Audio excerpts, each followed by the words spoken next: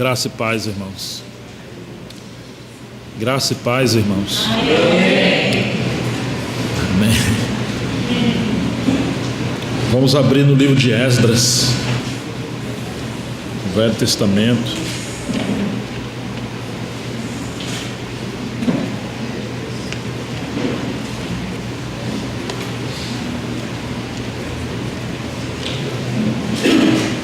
Capítulo 4.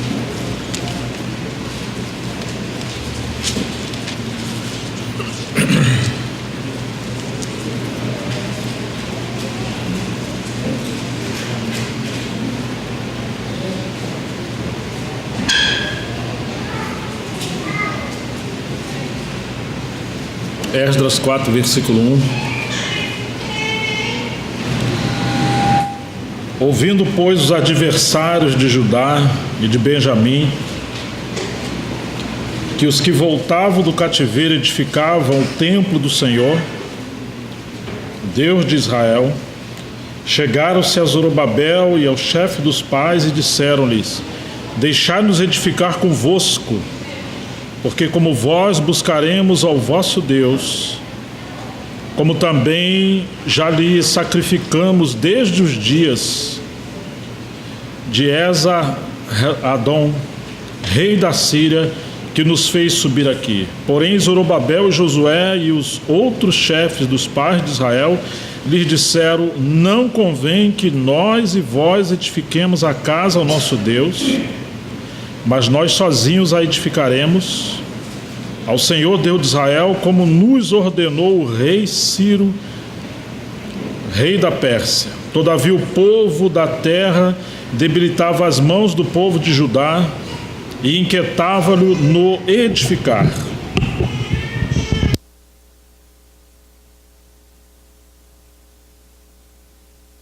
Lhe frustrarem o seu plano todos os dias de Ciro, rei da Pérsia, até o reinado de Dario, rei da Pérsia. Quando chegamos no final, verso 24: Então cessou a obra da casa de Deus, que estava em Jerusalém, e cessou até o ano segundo do reinado de Dario, rei da Pérsia.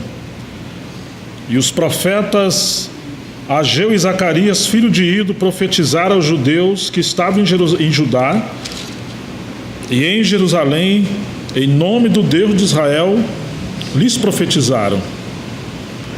Então se levantaram Zorobabel, filho de Sealtiel, e Jesuá, filho de Josadaque, e começaram a edificar a casa de Deus que está em Jerusalém, e com eles os profetas de Deus que os ajudavam. Capítulo 6 de Esdras, versículo 14.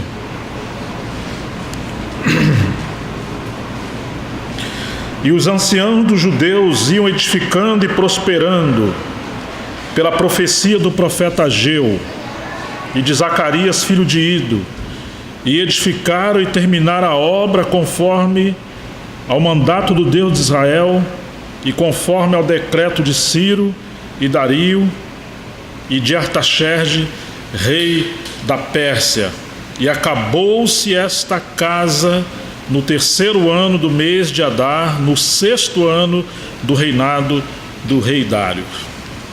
Até aqui, irmãos. Nós temos considerado algumas lições do Velho Testamento para nós que estamos no Novo Testamento. O Senhor Jesus prometeu: Eu edificarei a minha igreja e as portas do Hades não prevalecerão contra ela.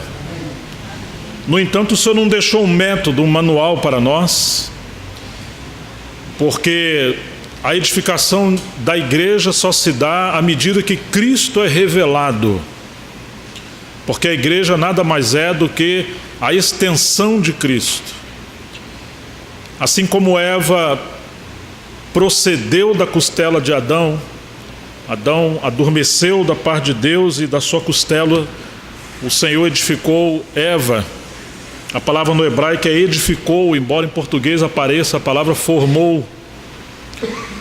O nosso Senhor também na cruz, Ele morreu da sua costela saiu sangue e água, o sangue para nos redimir e a água para nos dar vida.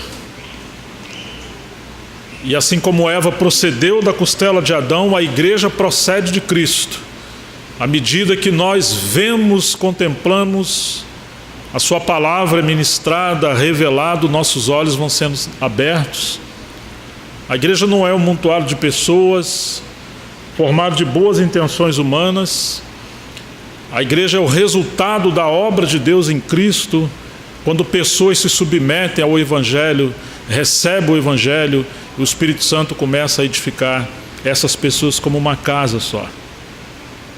Então, quanto mais Cristo se revela para nós na sua palavra, mais então temos a edificação da casa de Deus. E o Velho Testamento está cheio de lições preciosas. Como nós falamos ontem, lembrando Zacarias 3, verso 8, de que aqueles homens que construíam e cooperavam com Zorobabel, eles eram, na verdade, homens representativos de tudo que o Senhor viria fazer no futuro. Toda aquela história do Velho Testamento, da restauração da casa de Deus, aponta para o Novo Testamento. E aqui nós encontramos que o povo ficou em cativeiro durante 70 anos em Babilônia. Esse foi um tempo de disciplina, cumprindo a profecia de Jeremias. Aquilo aconteceu porque o povo entrou em obstinação. Ele se desviou de Deus, da sua lei e dos sacerdotes. E eles passaram a seguir um falso Deus e abandonaram a lei do Senhor. Embora eles clamassem templo de Deus, como se Deus nunca fosse julgar a sua casa, porque Jeremias passou a profetizar de que o julgamento do Senhor viria à sua casa, eles não acreditaram. Na verdade, eles aprisionaram Jeremias, lançaram Jeremias num poço e ele foi alimentado de pão, de angústia e água. Jerusalém era acostumada a matar os profetas e apedrejar os que eram enviados, como o Senhor falou. A profecia do Senhor se cumpriu. Poderia, por acaso, o Senhor permitir seus adversários invadir Jerusalém, destruir a sua casa, levar o seu povo cativo à Babilônia, com todos os seus vasos, seus utensílios? Eles acreditavam que não, porque o Deus de Israel estava com eles, o Deus de Israel os protegeria. Mas eles se esqueceram das promessas com condições que Deus havia falado no Velho Testamento. A casa, a promessa, as leis não tinham um fim em si mesmo, isso tinha a ver com o reino de Deus. E quando eles se rebelaram contra Deus, o Senhor então, depois de tanta insistência, madrugando com seus profetas, e os profetas foram mofados pelo seu povo, Deus retirou a sua mão de proteção. Agora o seu povo foi levado cativo e aquela casa foi destruída. Oh, irmãos, quando o povo deixa de ouvir a voz de Deus, deixa de andar nos princípios do Senhor, ele perde a proteção de Deus. Deus tem compromisso com a sua santa palavra, e ele vai cumprir a sua santa palavra. Mas uma vez que a nossa vida está andando em desarmonia contrária à palavra de Deus, no lugar da bênção nós atraímos o juízo e a disciplina de Deus. Esse povo foi levado cativo, ficaram lá por 70 anos. Eles aprenderam uma outra língua, eles contraíram práticas abomináveis, eles arrumaram outras mulheres. Lá foi plantado o princípio das sinagogas, que até então os judeus não conheciam. E quando chegou o período do cumprimento dos 70 anos, Daniel, estudando a palavra, entendeu que esse tempo de cumprir a palavra do retorno havia chegado. Daniel, quando foi levado cativo, era um jovem, assim também como alguns dos seus companheiros. Provavelmente Daniel está agora com seus cerca de 90 anos. Daniel era um homem de Deus que, apesar de estar cativo por cerca de 70 anos, ele virava o seu coração, o seu rosto para Jerusalém e orava durante 3 dias, 3 vezes ao dia. Ele examinava as Escrituras, ele era um homem da palavra, Ele era aquele que representava junto com seus companheiros o testemunho do Senhor lá dentro de Babilônia. E ele, entendendo o cumprimento da palavra profética, ele passa a interceder. Deus envia o avivamento, prevalece contra aquela potestade maligna que mantinha o seu povo cativo em Babilônia. E nós devemos tocar nesse ponto, que embora houvesse o rei da Babilônia, mas existiam potestades malignas que atuavam na política, na economia, na vida social e cultural daquela nação. Muitas vezes achamos que estamos lidando apenas com homens, mas na verdade essas potestades atuam também através do meio do governo. E houve uma batalha espiritual terrível, graças a Deus que, pela intercessão de Daniel, em união com a palavra profética, o Senhor prevaleceu e agora despertou o espírito de Ciro, como está no capítulo 1 de Esdras, e um remanescente pequeno, alguns falam de 2,5%, outros falam de 5%, mas foi um remanescente muito pequeno. Eles voltaram de Babilônia para restaurar a casa de Deus em Jerusalém, mas eles tiveram que abandonar tudo para trás. Essa Babilônia representa hoje a cristandade como ela está. Quanta confusão, quanto caos, quantos desvios, quanta apostasia, quantas torções das Escrituras, quantas coisas estão maculando o testemunho do Senhor. O povo está em confusão, e é isso que significa Babilônia, é um estado espiritual. E para sairmos desse estado espiritual e voltar a Jerusalém, só é possível se o Senhor abrir os nossos olhos. Isso não parte da boa intenção do homem.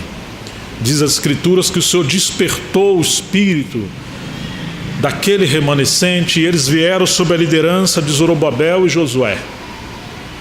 Às vezes não queremos liderança, mas Deus é um Deus de governo, Deus é um Deus de ordem.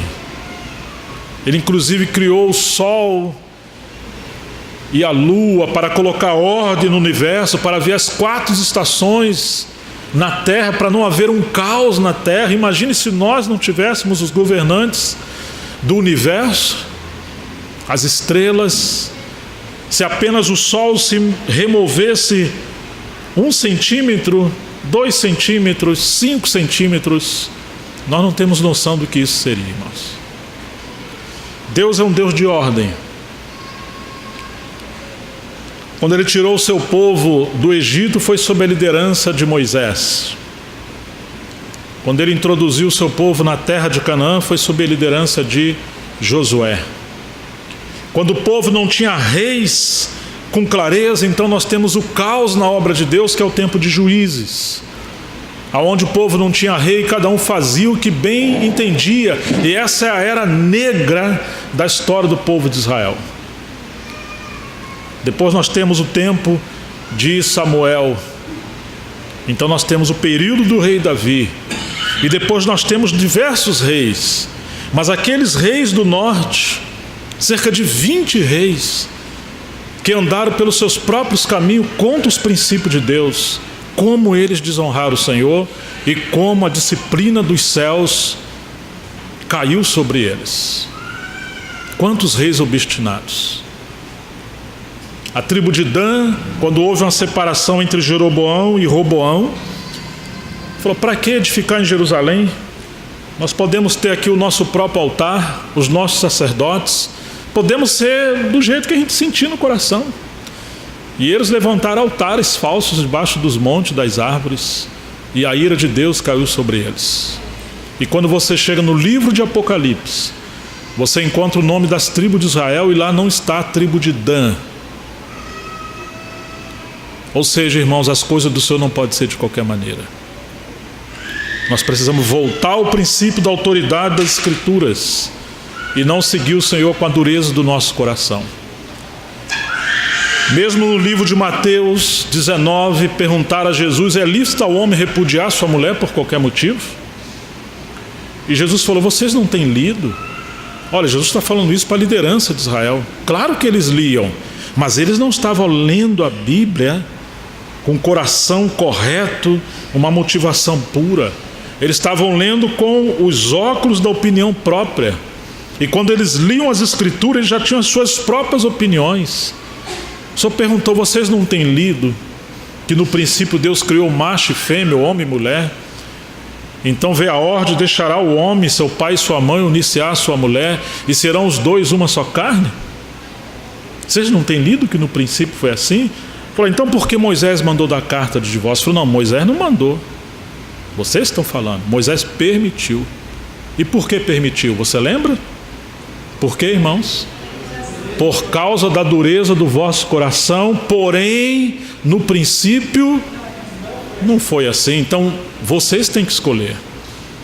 Se vocês vão seguir as coisas por causa da dureza do coração e vão causar tragédias e vão cair debaixo da justiça, da disciplina do Senhor, ou se nós vamos voltar ao princípio da vontade de Deus pelas Escrituras.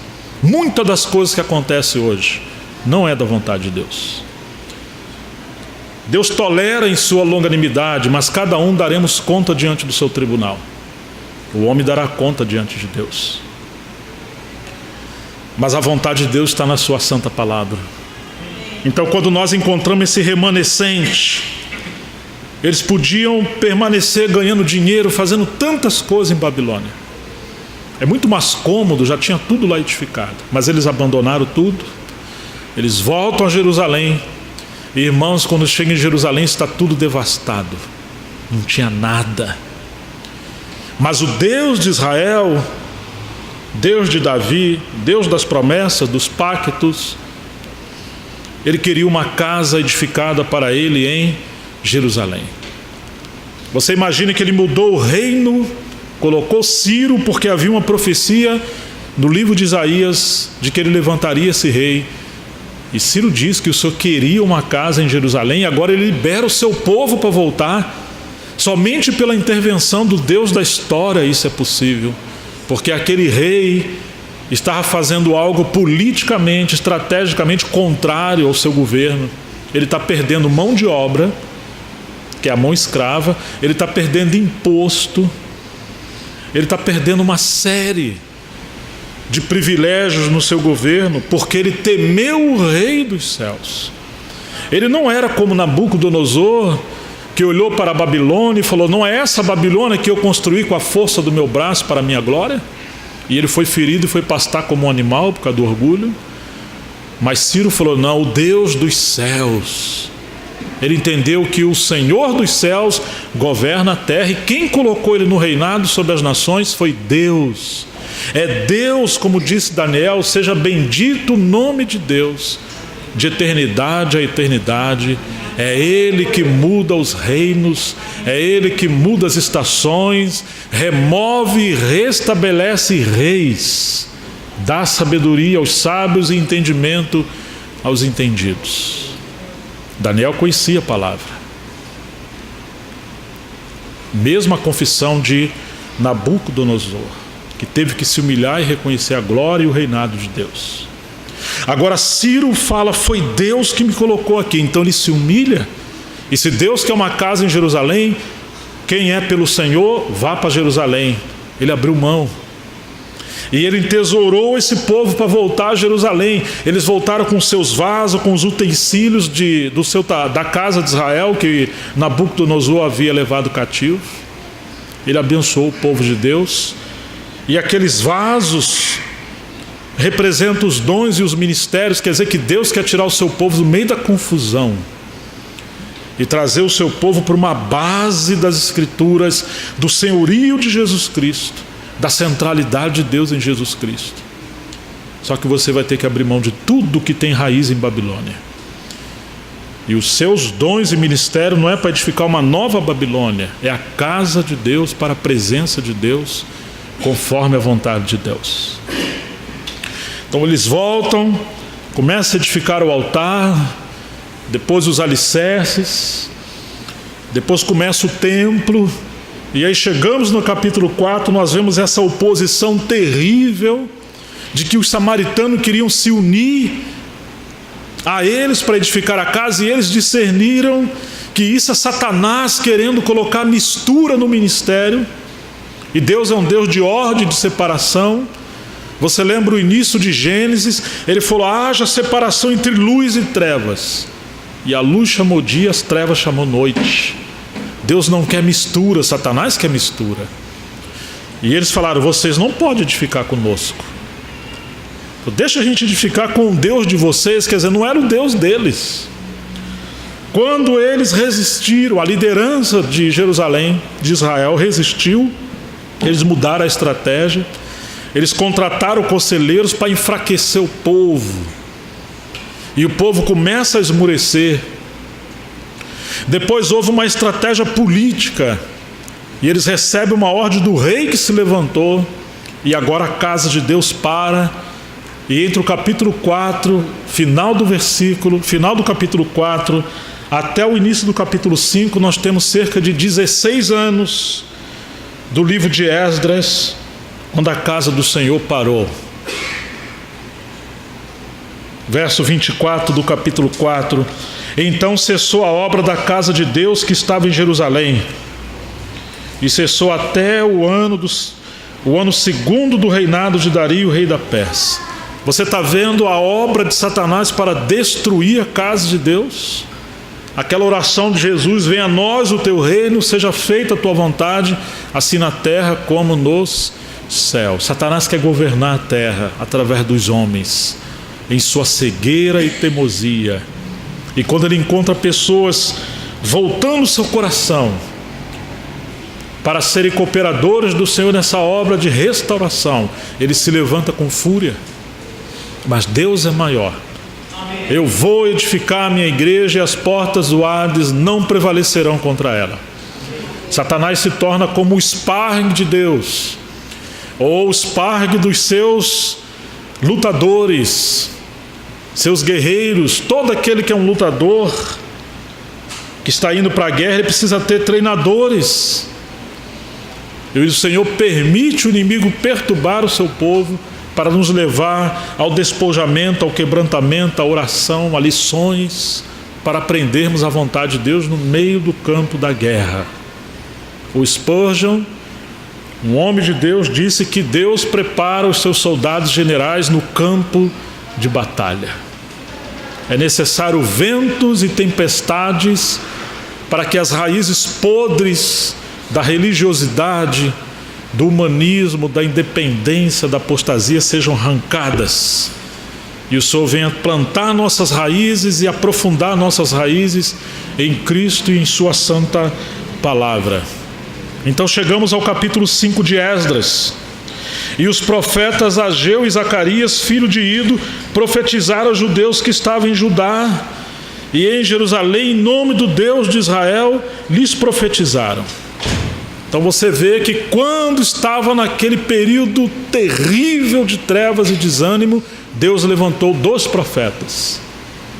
Ele sempre envia de 2 em 2. E complementação. Eles se levantaram para profetizar. É interessante que o Senhor trabalha também zelando por uma nova geração. Ele quer uma transição geracional, porque Ageu já era velhinho, enquanto que Zacarias era um profeta mais novo. E quando você encontra os 2 livros deles, Ageu profetizou o que é referente a 2 capítulos. E o livro de Zacarias, você lembra quantos capítulos tem? 14 capítulos. 7 vezes mais.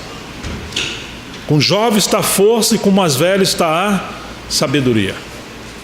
Mas Deus coloca jovens e mais velhos trabalhando juntos para ver continuidade, complementação e equilíbrio. Temos a palavra da experiência com Ageu. Então se levantou, verso 2, Zorobabel, filho de Saltiel, e Jesuá, filho de Josadaque, e começaram a edificar a casa de Deus que está em Jerusalém, e com eles os profetas de Deus que os ajudavam. Agora você vê que quando os profetas são de Deus, eles não apenas repreendem e encorajam o povo, eles colocam os seus ombros juntos. Tem homens que aparecem, lançam uma bomba, causam um caos, depois vão embora e salve-se quem puder. São os irresponsáveis.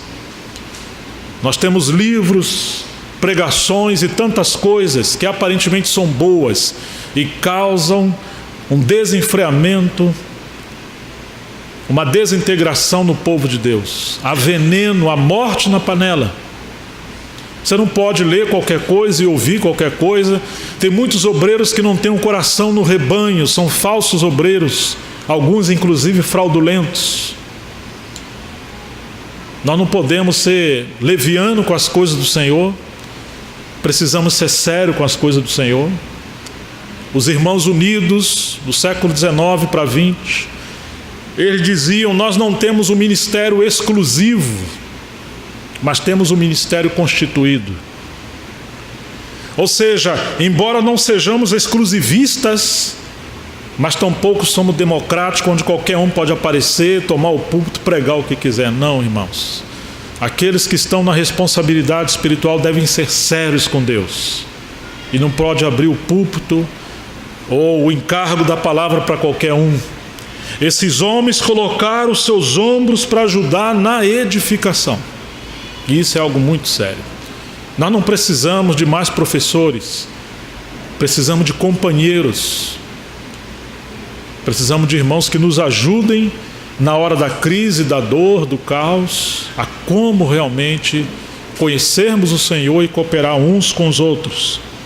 E aqui estavam eles, ajudando a edificar, e chegamos no capítulo 6, verso 14, diz: e os anciãos dos judeus iam edificando, e diz a Bíblia que eles iam prosperando, pela profecia do profeta Ageu e de Zacarias, filho de Ido. Quando nós cremos na palavra de Deus, quando realmente temos um ministério ungido da palavra, homens levantados por Deus, não homens que escolheram qualquer coisa, não é uma democracia, não é uma questão de escolha, não é uma liderança autoritária, hierárquica, não tem a ver com dinheiro, não tem nada a ver com isso. Como temos de fato ministérios na casa do Senhor, quando há ordem na casa do Senhor e a palavra de Deus é falada conforme as Escrituras, e nós nos submetemos à autoridade da palavra de Deus, diz as Escrituras que o povo ia edificando e prosperando pela profecia. Oh, irmãos, isso é o avivamento da palavra de Deus. E é isso que nós precisamos nesses dias. Um avivamento, onde as trevas são dissipadas, onde nós somos visitados pelo Espírito Santo, onde a palavra de Deus é viva, nos lava, nos salva, nos purifica, nos ordena, restaura a nossa casa, restaura a casa de Deus. E edificaram e terminaram a obra conforme ao mandato de Deus de Israel e conforme ao decreto de Ciro e Dario e de Artaxerxes, rei da Pérsia. Quando você vê essa história que Esdras está relatando, ele era um escriba. Então você vê ele relatando a história. Mas quando você chega a ver a percepção dos profetas, nós vamos ver que eles não estão vendo apenas a questão da história, dos acontecimentos, mas eles estão tendo também um discernimento espiritual das coisas que estão acontecendo nos bastidores do mundo sobrenatural. Vamos ver o que acontece no livro de Zacarias, capítulo 3, por que a obra de Deus parou? Porque quando olhamos o livro de Esdras, a obra parou porque o povo foi proibido de edificar e porque houve oposição. Mas quando chegamos em Zacarias capítulo 3, Zacarias diz: e ele mostrou-me o sumo sacerdote Josué. Lembra-se que Zacarias e Ageu foram enviados quando a obra de Deus parou, a casa de Deus parou na sua edificação. Ele me mostrou o sumo sacerdote Josué, o qual estava diante do anjo do Senhor. E quem estava logo em seguida? O que diz a Bíblia? Estamos no capítulo 3 de Zacarias. Quem mais está ali? E Satanás estava à sua mão direita para se lhe opor. Irmãos, você está vendo? Eu edificarei a minha igreja e as portas do Hades não hão de prevalecer. Você está vendo Satanás?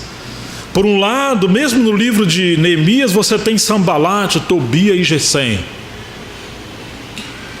No livro de Esdras você tem os samaritanos, você tem os opositores. Então esse é o aspecto político, religioso, os acontecimentos, os fatos. Mas quando você vê um profeta falando, ele está vendo além disso. Aqui está Satanás. Muitas coisas que acontecem no meio do povo de Deus, nós não percebemos. Mas muitas vezes Satanás traz pessoas, envia pessoas com espírito errado e causa um dano na edificação da casa do Senhor. Nós precisamos de irmãos e irmãs de muita oração e unção para ter discernimento espiritual. Não podemos ser como crianças e nos distrair com qualquer coisa. Mas o Senhor disse a Satanás: o Senhor te repreenda, ó Satanás, sim, o Senhor que escolheu Jerusalém te repreenda. Não é este um tição tirado do fogo? Ou seja, ele não é uma grande coisa, ele é só um tição tirado do fogo. Mas o Senhor escolheu ele. Irmãos, orem por aqueles que estão à frente de vocês. Spurgeon também disse, eu estou mencionando Spurgeon, que foi um homem tão usado por Deus, que se não fosse a oração dos santos, o ministério não prevaleceria de pé. Melhor lhe fora partir do que tentar continuar no ministério. Nós não temos noção da grande batalha espiritual que existe contra os homens de Deus. Paulo falando aos Tessalonicenses: eu não quero que vocês ignorem que eu tentei ir até vocês não apenas uma, mas 2 vezes, porém Satanás me barrou o caminho. Você imagina Satanás interpor contra Paulo, um apóstolo que era o homem do terceiro céu? Que batalha! Paulo diz: não ignoramos seus ardis, estamos numa guerra espiritual. E muitas vezes reclamamos dos irmãos que estão à frente de nós. Muitas vezes não oramos pelas suas esposas, pelos seus filhos, pela sua casa, pelas suas finanças. Muitas vezes não somos fiéis na nossa mordomia. E não devemos atar a boca do boi que debulha o grão, mas nós atamos. E como vão prosperar no ministério da casa do Senhor, se nós mesmos somos às vezes instrumentos que o inimigo usa para impedir os obreiros e os anciãos na igreja local? Irmãos, nós estamos em tempos de guerra, enquanto nós edificamos. E nós precisamos discernir essas coisas. O Senhor te repreenda, Satanás. Verso 3: Josué, vestido de vestes sujas, estava diante do anjo. Você vê que Josué aqui não está purificado. Suas vestes estão sujas, ele não é adequado, mas o Senhor escolheu. Então respondeu aos que estavam diante dele, dizendo: tirai-lhe estas vestes sujas. E a Josué disse: eis que tenho feito com que passe diante de ti a tua iniquidade, e te vestirei de vestes finas. Santidade convém à casa do Senhor. Não pode servir o Senhor de qualquer maneira, levianamente. E disse eu: ponha-lhe uma mitra limpa sobre a sua cabeça. E puseram uma mitra limpa sobre a sua cabeça, e vestiram-no das roupas, e o anjo do Senhor estava em pé. E o anjo do Senhor protestou a Josué, dizendo: assim diz o Senhor dos Exércitos, se andares nos meus caminhos, e se observares a minha ordenança, também tu julgarás a minha casa, e também guardarás os meus atos, e te darei livre acesso entre os que estão aqui. Ouve, pois, Josué, sumo sacerdote, tu e os teus companheiros que se assentam diante de ti, porque são homens portentosos, homens de presságio, homens ilustrativos, homens simbólicos, como nós falávamos ontem. Eis que eu farei vir o meu servo, o renovo, ou seja, zelem por essa casa. Amem essa casa. Cuidem, porque isso tem a ver com o reino de Deus. E a partir dessa casa virá o meu servo, o renovo, ou seja, a vinda do Senhor depende da fidelidade do seu povo na edificação da sua casa. Por isso disse Pedro, esperando e apressando o dia da vinda de Deus. Nós podemos retardar ou acelerar o dia da volta do nosso Senhor. Que Deus, embora sendo soberano, em sua condescendência, Ele quis que o homem cooperasse com Ele na sua obra, e Ele agora tem paciência conosco, mas Ele espera de nós responsabilidade espiritual. Não sejamos como meninos, que o Senhor possa nos amadurecer nesses dias que nós estamos vivendo por misericórdia. Vamos no livro do Ageu, capítulo 1. Lembra-se que a obra parou e Deus enviou Ageu e Zacarias. Ageu está um pouquinho antes de Zacarias. No 2º ano do rei Dario, no 6º mês, no 1º dia do mês, veio a palavra do Senhor por intermédio do profeta Ageu. E a palavra veio a Zorobabel, filho de Sealtiel, governador de Judá, e a Josué, filho de Josadaque, o sumo sacerdote, dizendo. Então, irmãos, a palavra ela veio primeiramente para a liderança. E nós temos um governador e um sacerdote. Devemos considerar que o Senhor primeiro chama a responsabilidade aqueles que Ele colocou na responsabilidade espiritual. Isso é um princípio de toda a Bíblia. Quando nós encontramos as 7 cartas do Senhor, no livro de Apocalipse, as igrejas da Ásia, Ele está sempre se dirigindo ao anjo de cada igreja daquela. Ele está falando à igreja, mas primeiramente ao anjo da igreja. E anjo é mensageiro.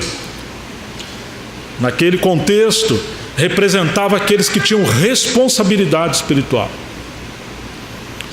Há diversas interpretações em relação a isso. Mas o que precisa ficar claro é que Deus confiou responsabilidade a eles. E aqui você encontra o mesmo princípio. Nós não podemos contar com irmãos irresponsáveis que vão ser meninos e querer fazer as coisas do Senhor na casa do Senhor de qualquer maneira. Não, irmãos. Precisamos de homens sérios, comprometidos, embora imperfeitos, embora com debilidades. Eles precisam ser levantados por Deus. Nós não estamos numa democracia onde o voto da maioria escolhe. Não. Deus chama, Deus unge, Deus capacita. E por mais que tenhamos debilidades, aqueles que servem, como no capítulo 3 de Zacarias, o Senhor está trabalhando com os nossos irmãos. Nós devemos apoiar e nos submeter à autoridade espiritual do Senhor. Ageu vem falar com eles. E nós temos um princípio muito interessante: governo e sacerdócio. Nós precisamos de irmãos que tenham o dom de governo, o dom de administrar, o dom de liderar. 1 Coríntios 12, 27 em diante, diz que Deus colocou primeiramente na igreja apóstolos, em segundo lugar profetas, em terceiro lugar mestres, depois vem o dom de milagre, de cura e etc. Mas você vai encontrar uma palavra lá chamada governo. Deus é um Deus de ordem. Não havendo sábia direção, o povo cai. Precisamos de direção na casa do Senhor. A igreja não é uma Babilônia onde cada um fala o que quer e opina o que quer. Nós precisamos da direção do Senhor sobre aqueles irmãos que estão à frente. E nós apoiamos, nós oramos, nós podemos sugerir, nós podemos aconselhar, nós podemos ponderar. Mas nós não podemos ser libertinos e querer que as coisas saiam à nossa maneira. Na sua casa você faz como você quiser. A casa de Deus não, é do jeito que Ele quer. Por isso precisamos conhecer a palavra de Deus. Essa confusão hoje no cristianismo é porque cada homem quer fazer as coisas à sua própria maneira. E Paulo fala a Timóteo: eu estou escrevendo essas coisas para que, se eu tardar, você saiba como convém andar na casa do Deus vivo. A igreja do Deus vivo, coluna e firmeza da verdade, é o lugar para representar o caráter e a natureza de Deus. Não pode ser de qualquer maneira. Assim fala o Senhor dos Exércitos. Agora você vai encontrar que por mais de 10 vezes, apesar de ser uma carta pequena de 2 capítulos, o Senhor se revela como o Senhor dos Exércitos, mostrando que era um tempo de guerra. Dizendo: este povo diz. E agora nós temos um grave problema. Qual? O povo está falando. Oh, irmãos, na igreja de Deus, a palavra de Deus é a autoridade máxima sobre nós.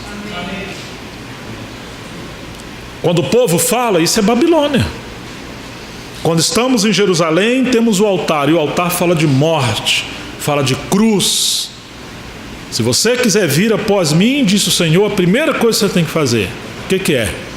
Pare de falar, negue-se a si mesmo, tome sobre si a sua cruz e siga-me. Você não é obrigado a seguir o Senhor. Vá para a Babilônia se você quer um lugar onde sua preferência vai prevalecer, o seu ego vai ser bajulado, você vai manipular pessoas, vai para lá. Leva a sua opinião para lá, o seu dinheiro para lá, a sua preferência para lá. Não. Quando falamos do testemunho do Senhor, precisamos estar reverentemente falando: Senhor, não me permita atrapalhar a tua obra. Eu quero ser um colaborador, uma colaboradora, mas de acordo com a vontade de Deus. Amém, queridos? Este povo diz. Aqui começa também vermos por que a obra parou. Porque você tem a palavra de Deus e você tem a palavra do povo.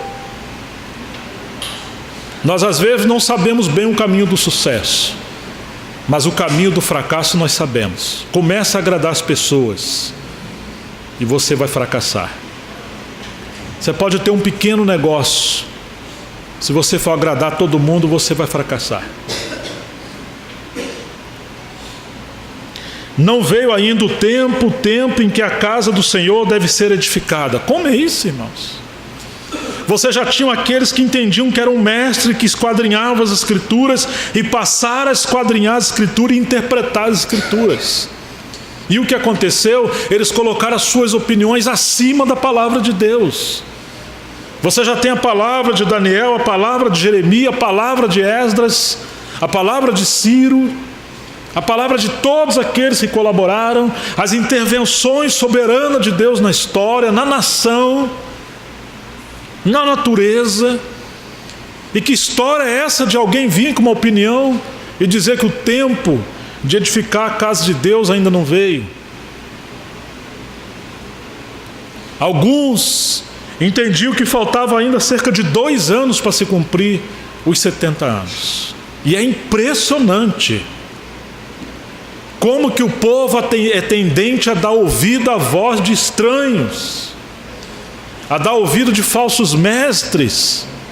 Virão tempos, disse Paulo, que não sofrerão a sã doutrina, terão comichão nos ouvidos, vão querer ouvir novidades, vão amontoar para si doutores segundo as suas próprias concupiscências, e vão seguir após eles.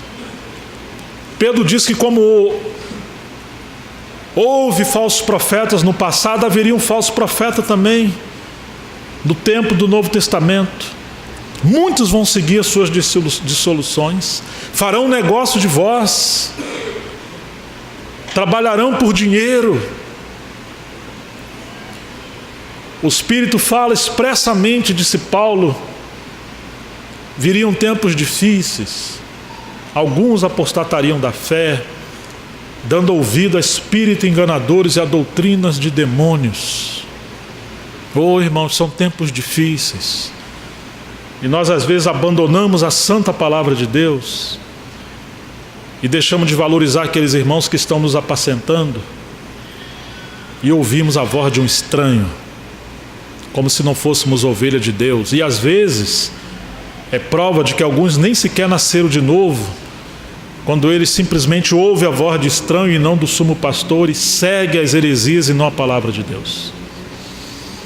Esse povo diz: muito cuidado, irmãos, com o que você diz. Não abra a tua boca de qualquer maneira. Você não pode adicionar qualquer coisa à palavra de Deus. Não veio ainda o tempo em que a casa do Senhor deva ser edificada. Veio, pois, a palavra do Senhor por intermédio do profeta Ageu, dizendo: porventura é para vós tempo de habitardes nas vossas casas, apaineladas, acabadas, ornadas, enquanto esta casa fica deserta. Que interessante, né? Não veio tempo de edificar a casa de Deus, mas na casa de vocês é tempo. Vocês não têm tempo de edificar a casa de Deus, mas a casa de vocês têm tempo. Vocês dedicam a sua saúde, seu tempo, seu dinheiro, tudo que vocês têm voltado para a sua própria casa. E aqui nós temos um problema. Nós temos a palavra de Deus e a palavra do povo. Nós temos a casa de Deus e a vossa casa. Isso é apostasia. Irmãos, no princípio de Jerusalém não tem a palavra do povo, só tem a palavra de Deus. E o que o povo fala e tem prazer é falar a palavra de Deus. Amém, irmãos? E não tem exatamente a nossa própria casa, mas o que tem é a casa de Deus, e a casa de Deus é formada por nossas casas. Imagine, hoje encontramos pessoas que falam assim: irmãos, eu vou dar um tempo de servir a casa de Deus porque eu preciso edificar a minha casa. Eu estou sentindo de Deus, Deus está me chamando para eu parar de caminhar, para eu edificar a minha casa. E isso é um espírito maligno, porque nós nos separamos de toda a edificação dos princípios da dependência de Deus, achando que conseguimos conduzir os nossos filhos, conduzir a nossa casa e os nossos negócios. Nem os nossos cachorros nos obedecem, quanto mais as demais coisas. Não temos nenhuma autoridade fora dele. Irmãos, a nossa família é para o reino de Deus. A nossa saúde é para o reino de Deus. Tudo que Ele nos deu é para o reino de Deus. A casa de Deus é formada pelas nossas casas. E nós edificamos a casa de Deus quando estamos construindo a nossa casa.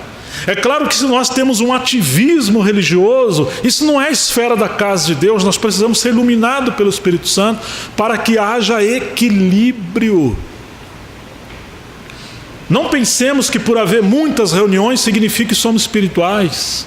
Não, isso às vezes pode ser um período de infantilidade nossa. Precisamos da direção de Deus. A espiritualidade precisa ser humanizada. E quanto mais humanos, mais espirituais. E quanto mais espirituais, mais humanos.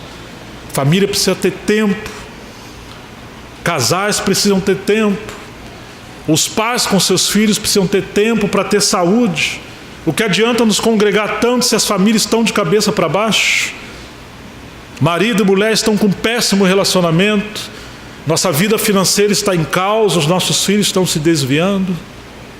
Nós precisamos ter um estilo de liderança e de ministério que consiga, com a graça de Deus, edificar a igreja através do ministério para as famílias. E não apenas no púlpito. O pastoreio nos lares e nas casas, mulheres mais velhas ajudando as mais novas, os irmãos mais velhos cooperando para ajudar os mais novos, viu, Joaquim? Como nós precisamos disso, de que todos estejamos engajados com a edificação da casa do Senhor, mas também através das famílias. Amém, irmãos? Isso é um engano. Eu nunca vi ser bem sucedido alguém que parou de servir o Senhor para cuidar da sua casa. Eu vi que houve uma apostasia terrível. Tem que ter muito equilíbrio com isso. Buscar em primeiro lugar o reino de Deus e a sua justiça, e todas as demais coisas vos serão acrescentadas. Não separa a sua casa da casa de Deus, mas sirva o Senhor dentro da sua casa, transforme a sua família como o ambiente da casa de Deus. Não adianta na casa, entre aspas, você ser santo e um demônio dentro da sua casa. Não. Não adianta você ser um bom pregador no púlpito se você não tem diálogo com a sua esposa e seus filhos. Para que isso? Nós somos o que somos dentro da nossa casa. É ali que revela a nossa espiritualidade. E a nossa primeira responsabilidade como rebanho é com a nossa família. O Senhor precisa nos corrigir nessas coisas para que haja equilíbrio. Devemos servir na igreja, tendo a nossa casa também na base da família. Olha o livro de Neemias. Eles restauraram os muros como? Diante da sua casa. Você restaura o muro e deixa o inimigo do lado de fora quando a sua casa está sendo restaurada, e você edifica um muro de separação para o reino de Deus e o mundo do lado de fora. Quando nós temos famílias edificadas, então nós temos o testemunho de Jerusalém sendo edificado também, de frente da sua casa. E alguns edificaram com suas mulheres, suas filhas, seus filhos, de frente da sua casa. Como está a nossa casa? Como estão os muros de frente da nossa casa? Então não veio o tempo de edificar a casa de Deus, mas vocês estão cuidando da casa de vocês. Ok.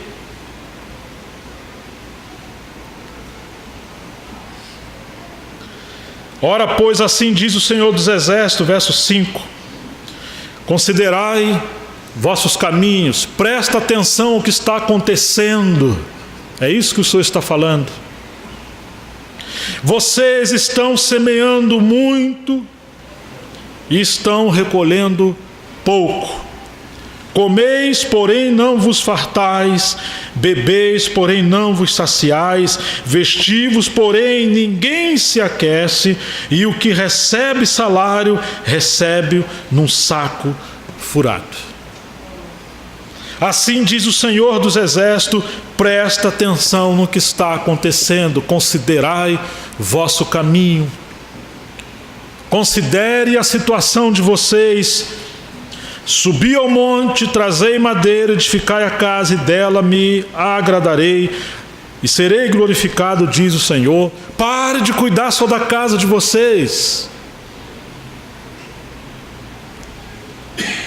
Tem irmãos que são grandes profissionais, muito trabalhadores nos seus negócios, mas são vagabundos espirituais, preguiçosos espirituais.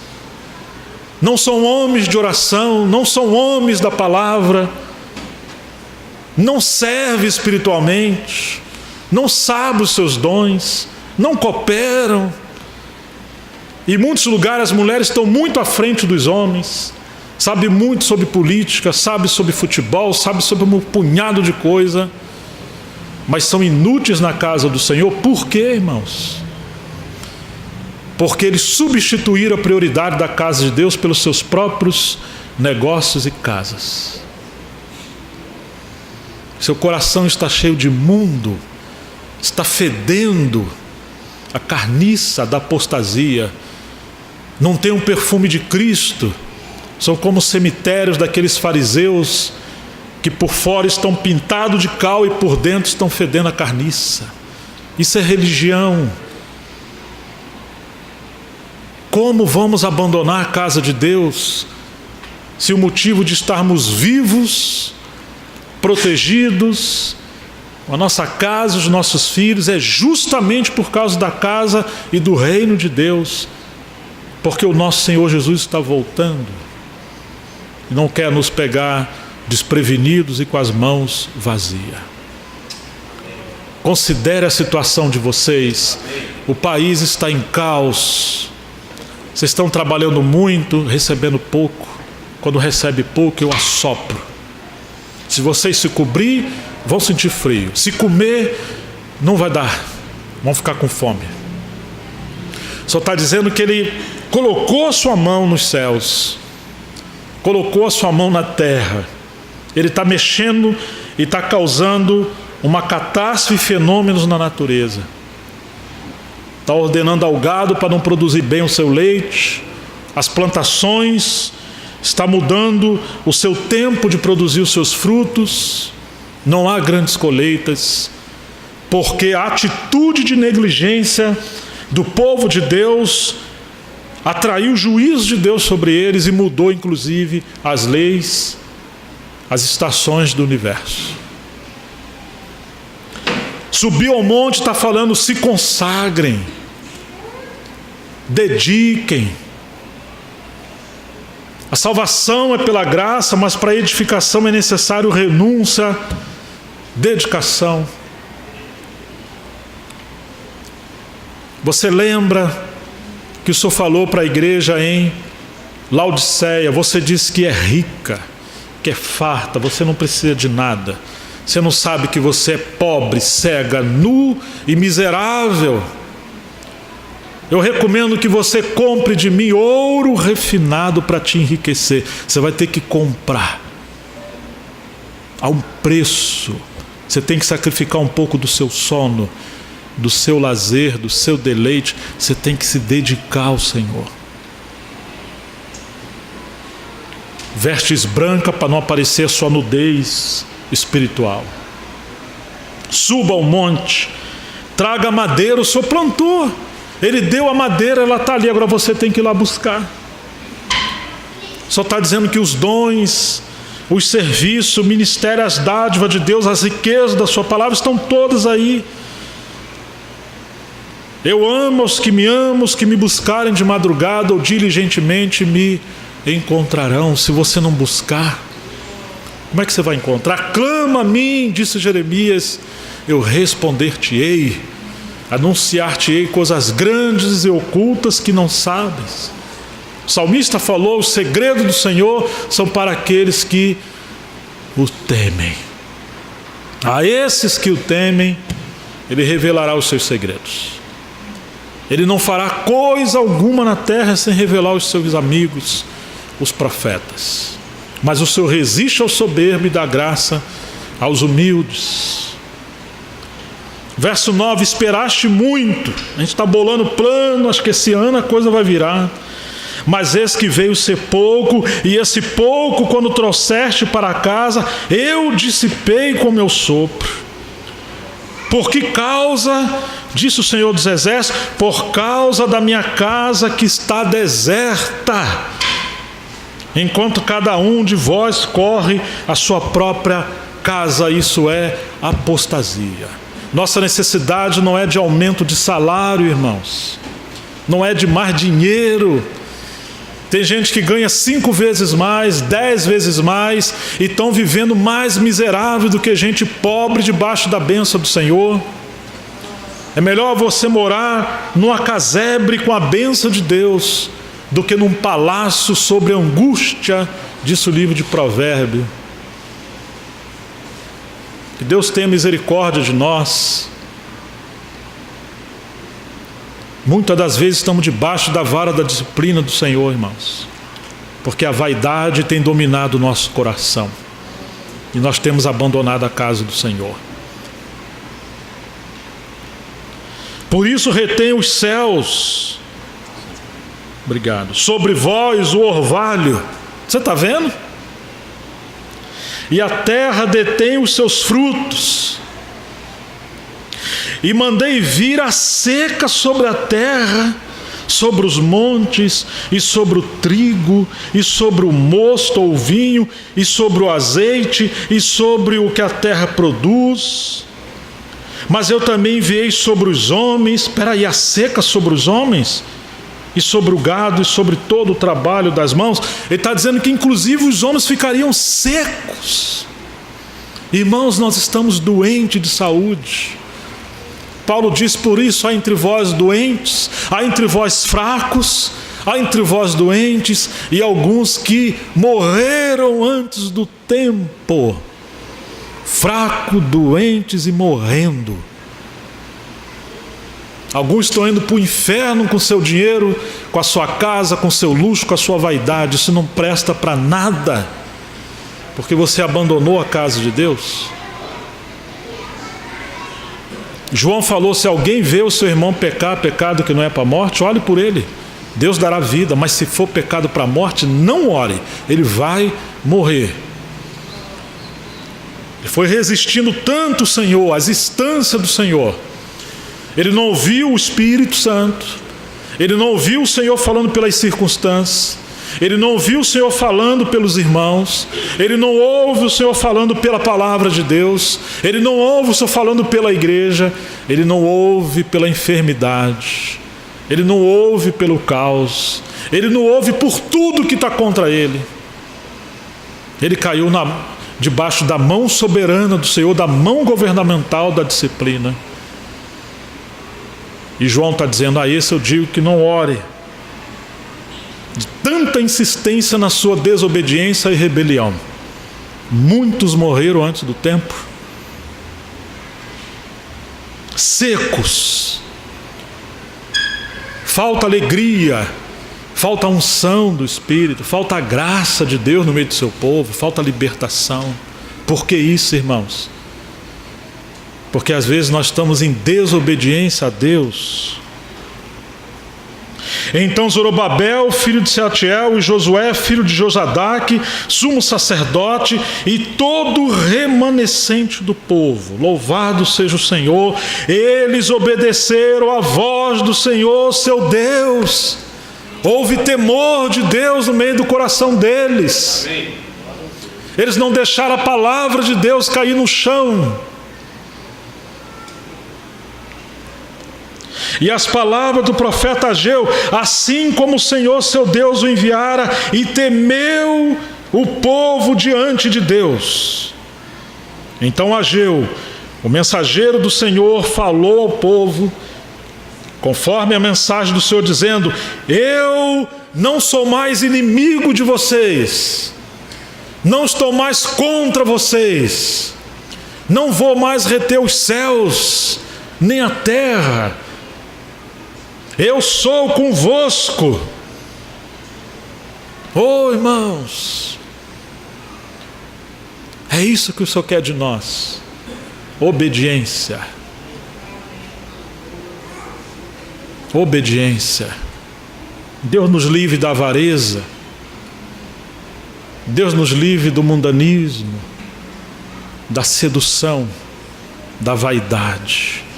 Converta o nosso coração para sermos um povo que ama Deus a qualquer custo, que abra mão de qualquer coisa, para que a presença de Deus seja abundante entre nós, porque nós estamos secos.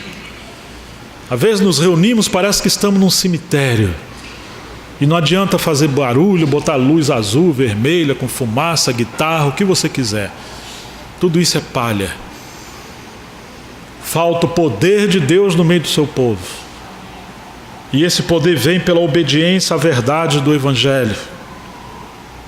E o Senhor despertou o espírito de Zorobabel, filho de Selatiel, governador de Judá, e o espírito de Josué, filho de Josadaque, sumo sacerdote, e o espírito de todo o remanescente do povo. E é isso que nós precisamos, que o Espírito Santo desperte o nosso espírito. Amém. Que não venhamos apagar o Espírito. Não entristeçais o Espírito Santo de Deus. Se hoje ouvirdes a sua voz, não endureçais o vosso coração, como vossos pais me provocaram a ira lá no deserto. Muitos deles caíram picados pela serpente. Que o Senhor possa despertar o nosso espírito. E eles vieram e fizeram a obra da casa do Senhor, o Senhor dos exércitos, e ao 24º dia do 6º mês, no 2º mês, no 2º ano do rei Dario, no 2º mês, ao 20º primeiro dia do mês, veio a palavra do Senhor por intermédio do profeta Ageu, dizendo: fala agora, Zorobabel. Glória a Deus que Ele é um Deus que fala, que não abandona o seu povo. Se nós somos aquele povo que ama o Senhor, mesmo que estamos no meio de batalha, de oposição, de escassez, de angústia, mesmo que a obra de Deus às vezes pare, mas se nós amamos o Senhor, Ele vai enviar profetas entre nós para nos encorajar, para a obra do Senhor prosseguir. Fala agora a Zorobabel, filho de Selatiel, governador de Judá, e a Josué, filho de Josadaque. Percebe quantas vezes ele está falando o nome de Zorobabel e o nome de Josué, sumo sacerdote, e ao remanescente do povo. Você tem essa ordem, viu, irmãos? Governador, sumo sacerdote. Deus quer ministério espiritual e governo. Ministério profético, ministério de ensino, mas equilíbrio dos anciãos e todo o povo com Deus, servindo juntos. Quem há entre vós que, tendo ficado, viu essa casa na sua primeira glória? E como vedes agora, não é esta como nada diante dos vossos olhos, comparada àquela? Quando você pega o capítulo 3 de Esdras, quando lançaram os alicerces da casa do Senhor, houve um choro enorme. Os mais velhos que viram a glória daquela casa quando ainda estava em Jerusalém, e agora eles passaram pelo cativeiro de 70 anos, voltaram para Jerusalém, e agora eles lançaram os alicerces da casa. Os mais velhos choraram, porque eles viram a glória no período de Jerusalém, na casa, antes da destruição, e agora está vendo a fundação dessa casa sendo renovada, e é como nada. E sabe o que os mais velhos estavam fazendo? Chorando, como de tristeza, e desencorajando os mais novos. Aqueles irmãos que tiveram experiência com Deus no passado, aqueles irmãos que vivenciaram avivamentos, aqueles que presenciaram a igreja num estágio de avivamento, de bênção, de multiplicação, e se passaram por um período frio de deserto, de desintegração, de caos e de declínio e de divisões. Imagine que agora o Senhor está avivando um punhadinho de pessoas. Tome cuidado. Não seja alguém que desanime os mais novos. Falar, isso aqui é como nada. Você pode estar tocando na obra de Deus com leviandade. O Senhor está dizendo, não. Vocês estão dizendo que isso aqui é como nada comparado com aquilo que vocês viram? A casa de Deus é uma só. Não importa em que etapa ela esteja. Nós temos que discernir o Senhor no meio do seu povo. Hoje tem lugares que são bem pouquinhos irmãos, mas nós não podemos ser leviano e menosprezar o que o Senhor está fazendo. Se você é um mais velho que experimentou algo grandioso da parte do Senhor, ajude os mais novos, mas não desencoraje, não seja opositor, não seja murmurador, não seja crítico. Coopere, coloque os seus ombros, apoie. Ora, pois, esforça-te, Zorobabel, diz o Senhor, esforça-te, Josué, esforcem, irmãos, que o Senhor levantou hoje entre vocês. Esforça-te todo o povo da terra, diz o Senhor, e trabalhai. Cada um procure servir o Senhor conforme o seu dom, a sua dádiva. Não se sinta inútil, não creia na mentira de Satanás, de que você não serve para nada. Ainda as crianças podem ser úteis. Porque eu sou convosco, diz o Senhor dos exércitos. Eis que estarei convosco todos os dias até a consumação dos séculos. Sejamos ousados no Espírito Santo. Não tenhamos medo de pregar o Evangelho, de expulsar demônios e curar os enfermos. Levantemo-nos, porque é o Senhor glorioso que está conosco. Segundo a palavra da aliança que fiz convosco quando saíste da terra do Egito, o meu espírito permanece no meio de vós, não tenham medo, porque assim diz o Senhor dos Exércitos: ainda uma vez mais, daqui a pouco tempo, farei tremer os céus, e a terra, e o mar, e a terra seca, e farei tremer todas as nações. Não coloque o seu coração nessa terra, ajuntem tesouro nos céus. Não queira construir tanto nessa terra, porque isso vai ruir. Você vai perder tudo. Invista no reino. Seja um bom empresário, um bom profissional. Mas não esqueça que você é um mordomo, que o Senhor te prospera para você ser um mordomo. O Senhor vai abalar essa terra, irmãos. Não crie raízes nessa terra. Dai a César o que é de César, mas não esqueça de dar a Deus o que é de Deus. Às vezes somos fiéis nos nossos impostos. Todas as contas que pagamos têm imposto embutido. Mas às vezes somos tão mesquinhos com o nosso Senhor. Minha é a prata, meu é o ouro, diz o Senhor dos Exércitos: o que você tem no seu bolso não é seu, é meu. Cuidado como você administra as suas finanças. Ele te abençoa. Mas nós temos que prestar conta com a nossa mordomia diante do Senhor. A glória desta última casa, ou desta casa, será maior do que a da primeira, diz o Senhor dos Exércitos. Neste lugar darei a paz, diz o Senhor dos Exércitos.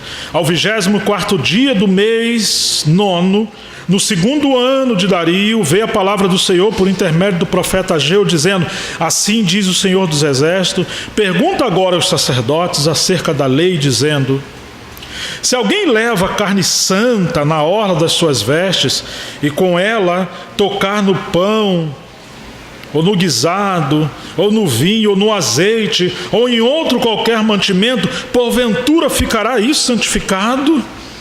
E os sacerdotes responderam: não. E disse Ageu: se alguém que for contaminado pelo contato com o corpo morto tocar em alguma dessas coisas, ficará ela imunda? E os sacerdotes responderam dizendo: ficará imunda.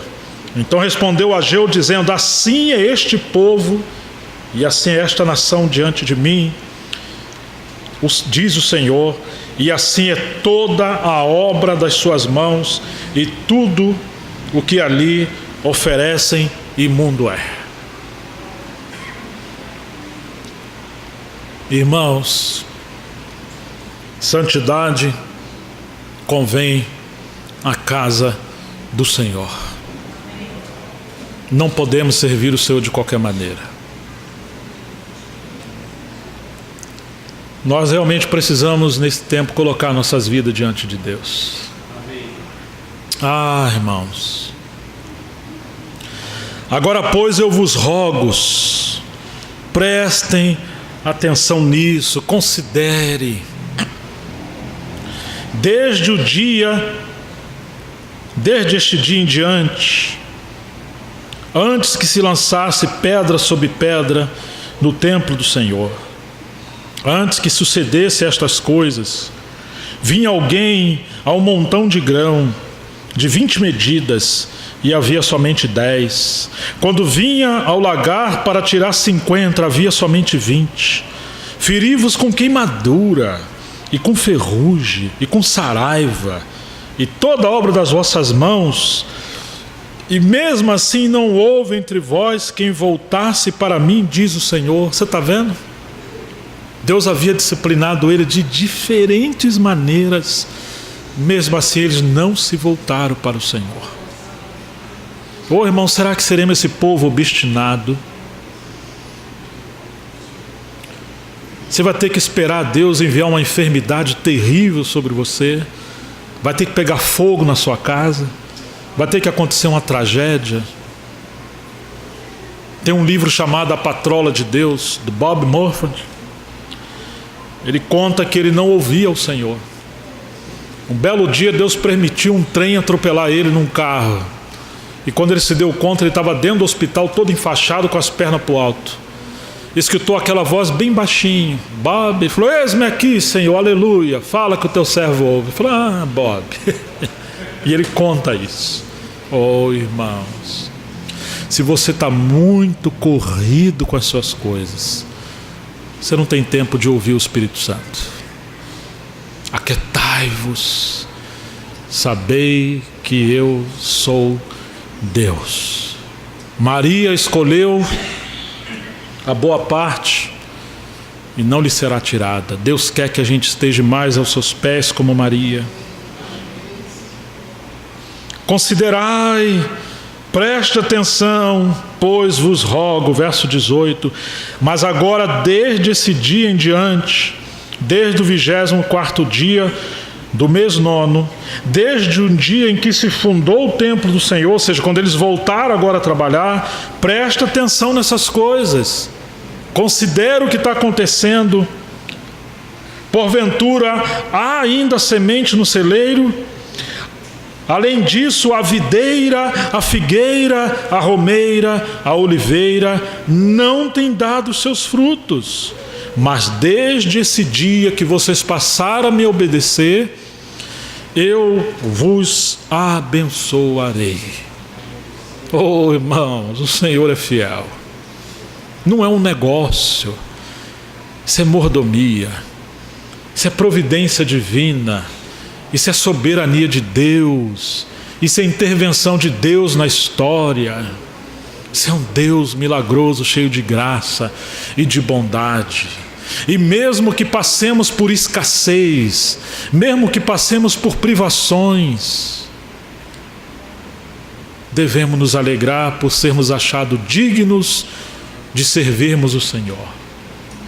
Pela fé, alguns derrubaram muralhas.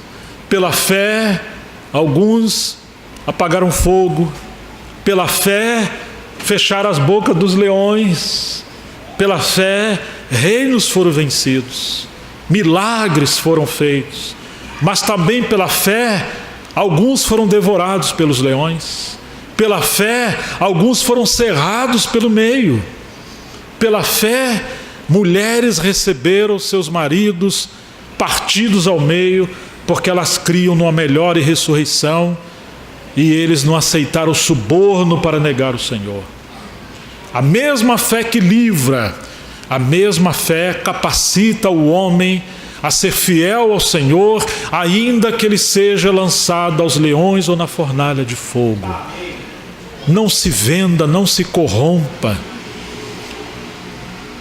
Honremos ao Senhor no meio da adversidade, da luta, da escassez, da miséria, da doença, da privação, da oposição, não importa.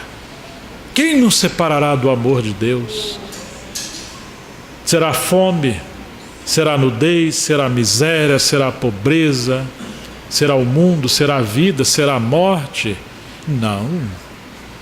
Nada, nem coisas do presente século, nem coisa do futuro, nem criatura alguma. Nada poderá nos separar do amor de Deus que está em Cristo Jesus. E nele nós somos mais do que vencedores. E como disse Paulo, posso todas as coisas naquele que me fortalece. E veio a palavra do Senhor segunda vez a Ageu, aos 24 dias do mês, dizendo: fala, Zorobabel, governador de Judá, dizendo: farei tremer os céus e a terra. E isso é repetido no livro de Hebreus, porque está apontando para o tempo por vir do futuro, antes da volta do Senhor. Irmãos, parece que dias terríveis virão sobre a terra. Não se iluda. Nós não estamos servindo um gênio da lâmpada de Aladim. Deus não veio nos mimar. As profecias sobre O tempo do fim se cumprirão, haverá tribulação, sim, haverá perseguição, sim, mas não devemos temer, porque quanto mais a noite for escura, mais o fulgor da glória de Deus brilha por meio das estrelas, e sobre nós repousará o Espírito da glória de Deus, aqueles que sofrem sob a presença do Senhor. Transtornarei o trono dos reinos, destruirei a força dos reinos dos gentios, transtornarei os carros e os que neles andam, e os cavalos e os seus cavaleiros cairão, cada um pela sua espada de seu próprio irmão. Naquele dia, diz o Senhor dos Exércitos, tomar-te-ei, ó Zorobabel, servo meu, filho de Sealtiel, diz o Senhor, far-te-ei como um anel de selar, o anel do rei que marcava um documento com a sua autoridade, porque te escolhi, diz o Senhor dos Exércitos, e isso está apontando para a volta do Senhor segundo a sua própria descendência. O reino do Messias, a segunda vinda de Cristo. Então, irmãos, essa casa, por meio desse remanescente, um povo pequeno, ela era o ambiente, a esfera que os céus estavam totalmente voltados para ali. E isso apontava para a segunda vinda do Senhor. Nós que chegamos ao final dos tempos, o Senhor não quer que venhamos a viver e andar como o povo dele de qualquer maneira.